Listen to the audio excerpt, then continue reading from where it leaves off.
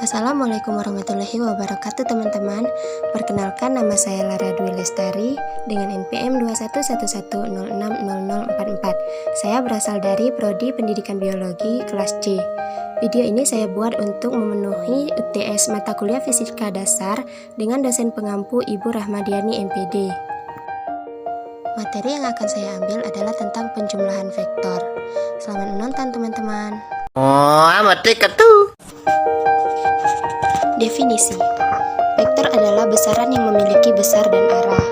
Beberapa besaran fisika yang termasuk besaran vektor antara lain perpindahan, kecepatan, percepatan, gaya, momentum, dan lain-lain. Vektor biasanya disimbolkan dengan tanda panah arah kanan di atasnya. Penjumlahan vektor. Ada beberapa metode yang dapat dilakukan dalam penjumlahan vektor, yaitu metode jajar genjang, metode segitiga, dan metode poligon. Metode jajar genjang dan metode segitiga digunakan untuk penjumlahan dua vektor, sedangkan metode poligon digunakan untuk penjumlahan dua vektor atau lebih. Metode pertama yang akan kita bahas adalah metode jajar genjang. Metode jajar genjang merupakan metode penjumlahan dua vektor yang ditempatkan pada titik pangkal yang sama, sehingga hasil kedua vektornya merupakan diagonal jajar genjang.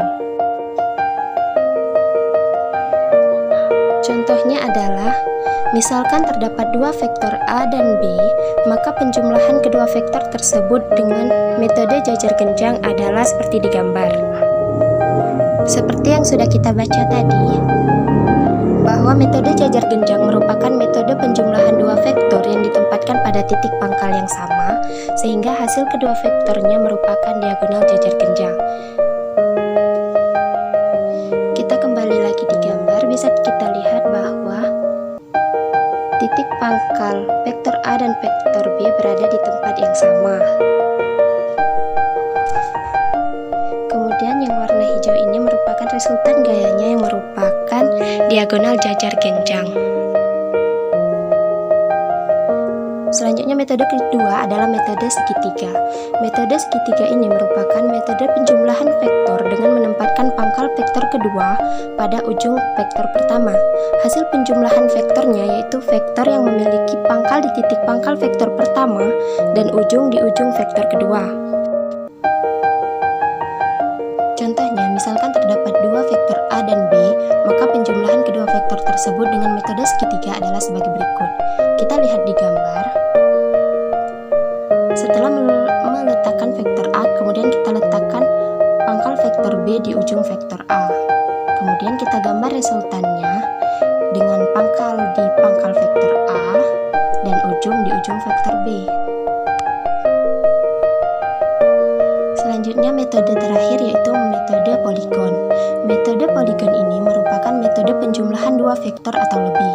Metode ini dilakukan dengan cara menempatkan pangkal vektor kedua pada ujung vektor pertama, kemudian menempatkan pangkal vektor ketiga di ujung vektor kedua dan seterusnya. Resultan dari penjumlahan vektor-vektor tersebut adalah vektor yang berpangkal di pangkal vektor pertama dan berujung di ujung vektor terakhir. Contohnya, misalkan terdapat tiga vektor A, B, dan C, maka penjumlahan ketiga vektor tersebut dengan metode poligon adalah seperti di gambar. Setelah meletakkan vektor A atau vektor pertama, kemudian kita letakkan pangkal vektor B di ujung vektor A.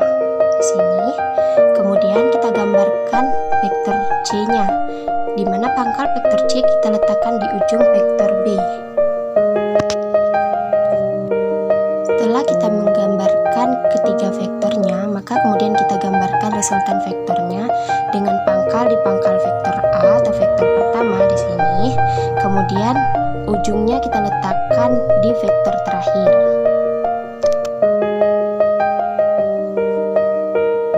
Oke, itulah penjelasan sedikit tentang penjumlahan vektor dari saya.